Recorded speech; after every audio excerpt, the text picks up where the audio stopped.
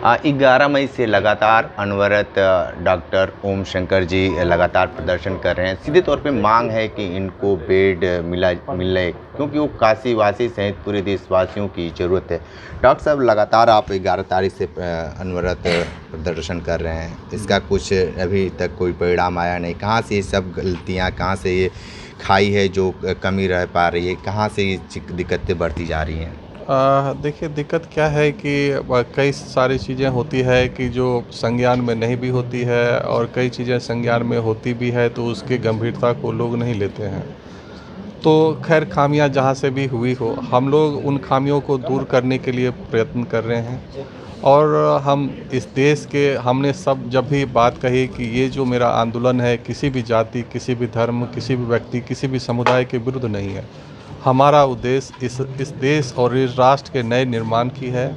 और जिस तरह भी हमारा देश, समाज और ये राष्ट्र मजबूत होगा, वो शिक्षा और स्वास्थ्य के मौलिक अधिकार की राजनीति है, वो पक्ष और विपक्ष दोनों से करवाना चाहता हूँ। और इससे एक मजबूत समाज और राष्ट्र और हमारे देश की गरीबी कैसे दूर हो, उस पर मैं चिंतन कर रहा हूँ। उसके लिए लोगों के बीच में जो है एक भाव, एक ज्ञान, डिस्कशन, डिबेट पैदा करना चाह रहा हूँ। और जो बीएचयू के अंदर जो प्रशासनिक अराजकता है या जो भी भ्रष्टाचार है, उसको दूर कर महामना के मूल्यों को स्थापित करने के लिए ग्रीन बीएचयू, क्लीन बीएचयू और करप्शन फ्री बीएचयू के सेफ बीएचयू मुहिम के तरह जो है अपना मैं कार्य कर रहा हूँ। यही हमारी पूरी मुहिम है और ज़रूर मुझे उम्मीद है कि इस देश के नागरिक अपने अधिकारों के लिए जगेंगे, अपने समृद्धि के बारे में सोचेंगे और अपने जो जहाँ से संबंधित हैं वो लोग उनसे अपने अपने राजनेताओं के पास समाज में बहस का मुद्दा बनाकर इस समाज को एक समृद्ध समाज बनाएंगे। डॉक्टर साहब, आपका स्वास्थ्य भी गिरता जा रहा है और यहाँ पे आप प्रदर्शन भी कर रहे हैं और देखा जा रहा है तो तमाम लोग यहाँ पे आपसे इलाज कराने के लिए भी आए हैं। आपके पास बहुत बड़ा एक संकट भी है कि आपने स्वास्थ्य को भी ध्यान देना है और मरीजों को भी स्वस्थ करना है। इस संदर्भ में आप क्या कहें?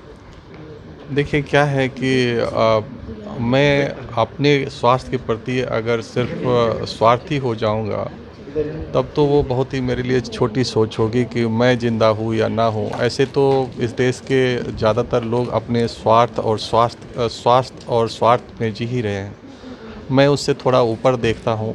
जब मुझे लगता है कि हर वो व्यक्ति जो इस देश के नागरिक हैं, उनके जीवन का उतना ही महत्व है जितना मेरे जीवन का महत्व है। और उनके जीवन को कैसे बचाया जा सकता है, कैसे इस देश, समाज और राष्ट्र को मजबूत किया जा सकता है, इस पूरी मुहिम और पहल में मैं लगा हुआ हूँ। और मुझे यकीन है कि इस देश के सभी बुद्धिजीवी नागरिक सभी जाति धर्म बंधनों को तोड़कर, राजनीतिक बंधनों को तोड़कर हमारे इस मुहिम के साथ खड़े होंगे और इस मुहिम को वास्तविक तौर पर लागू करवा के इस समाज और देश को एक समृद्ध राष्ट्र बनाएंगे। वीसी से क्या बातें हुई जो यहाँ के वाइस चांसलर? वीसी साहब किसी से वार्ता नहीं करते हैं और ये दुख की बात है, क्योंकि अगर दूसरे यहाँ के वाइस चांसलर महामना थे जो एक छात्रों को, हर छात्रों की जो समस्याएं थी उसको पूछने के लिए हर हॉस्टल घूमते थे। और आज के एक कुलपति हैं जो अपने आप को एक बंद कमरे में बंद कर रखे हैं, 5-10 जो है अपने यस मैन खड़ा कर रखे हैं और सिर्फ उन्हीं से बातें करते और किसी से बात नहीं करते। ये पूरी संवादहीनता की स्थिति है और इससे हमारे इसके अंदर जो विश्वविद्यालय की जो प्रणाली है उसको ठेस पहुंच रहा है और इसको दूर करने की आवश्यकता है। वीसी साहब को हर छात्र, कर्मचारी और शिक्षक और अधिकारी सबसे मिलना चाहिए, उनके ग्रीवेंसेस को समझना चाहिए और उसे दूर करने की कोशिश करना चाहिए, क्योंकि तभी वो वास्तव में कुलपति कहलाएंगे, वरना एक डिक्टेटर कहलाएंगे। इस आमरण अनशन से आपको लगता है कि काशीवासियों को बेड मिल पाएगा?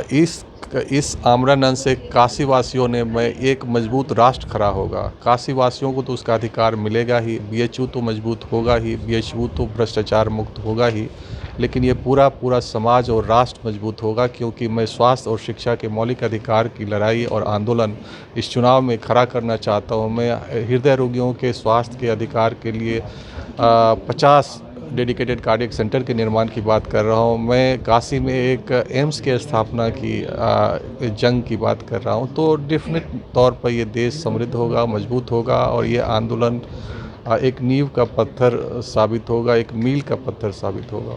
ठीक है, तो आप सुन रहे थे डॉक्टर ओम शंकर जी को, और आपको बता के देखिए कि कितनी संख्या जुटी है एक कमरे में और तमाम लोगों के समर्थन में आए हुए हैं। इसमें आम लोग भी हैं, जनप्रतिनिधि भी हैं और इलाज कराने वाले भी लोग हैं। आपको बता दें कि इलाज कराने वाले को भी इलाज खुद अपने इनका स्वास्थ्य गिरा हुआ है, लेकिन जो बीमार लोग हैं दूर दूर से आए हुए हैं उनको भी खास ये ध्यान रखें। विशेष इंटरव्यू कर रहे थे, तो हमारे साथ बने रहिए न्यूज़ बकेट के साथ में। दीजिए इजाज़त, नमस्कार। पेश है न्यूज बकेट हिंदी मासिक पत्रिका। पढ़ें इस महीने की पूरी खबर विस्तार से हमारे न्यूज बकेट की मैगजीन में। हमारी ई मैगजीन को मुफ्त में पढ़ने के लिए अभी लॉगिन करें www.newsbucket.in पर। इसके अलावा रोज की ताज़ा खबरों के लिए हमारे YouTube चैनल को तुरंत सब्सक्राइब करें।